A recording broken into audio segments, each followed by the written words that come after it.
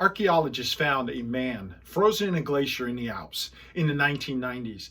He's over 5,000 years old. They nicknamed him Frozen Fritz. Over 5,000 years old. Here's the most amazing thing. He is perfectly preserved. So much so that they could distinguish tattoos he had on his back, ankles, and wrist. They could tell what he ate his last 3 to 4 meals, which led them to where he was able to walking range from where he was found frozen in a glacier. It was a perfect storm. He was perfectly preserved. Nothing changed in this man. Nothing. He was frozen in a block of ice. Now, here's my point. Many of us today are frozen in time the same way, except it's not ice, it's freezing us. It's a past pain or pressure. It's abuse, abandonment, divorce, disease, loss, something tragic. And I'm not belittling that whatsoever, because we are all facing it at some point in our lives, some more than others. But there is a way out.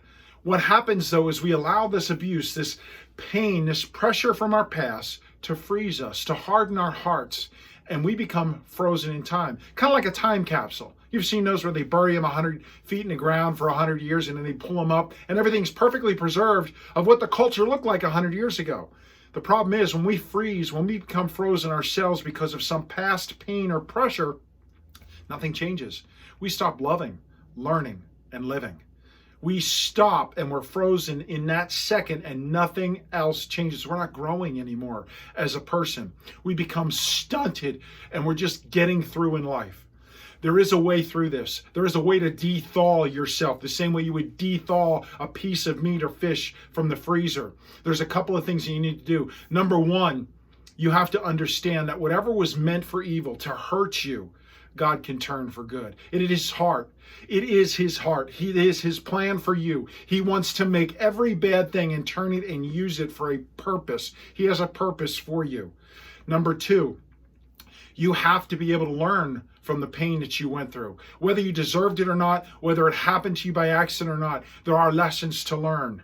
And the reason there's lessons to learn is number three, and this is the most important thing. As you're learning these lessons, you have to share them. The world needs to hear your story. You have a unique story, a testimony that belongs only to you, that you can speak into the lives of others who've gone through what you've gone through, but they need to hear you overcoming it. They need to hear you winning it. And as you do share that, you bring healing to others and to yourself. It's the de-thawing process. It's the ability to unfreeze you so that you're not stuck in time in a single place. Your life, your purpose is too unique and too important. The world needs your voice. Learn to de-thaw yourself so that you can help others de-thaw and become unfrozen and live in this time. My name is Ed Carcarey. I'd love to connect with you. You can find me at edcarcarey.com. Find your passion. Find your life.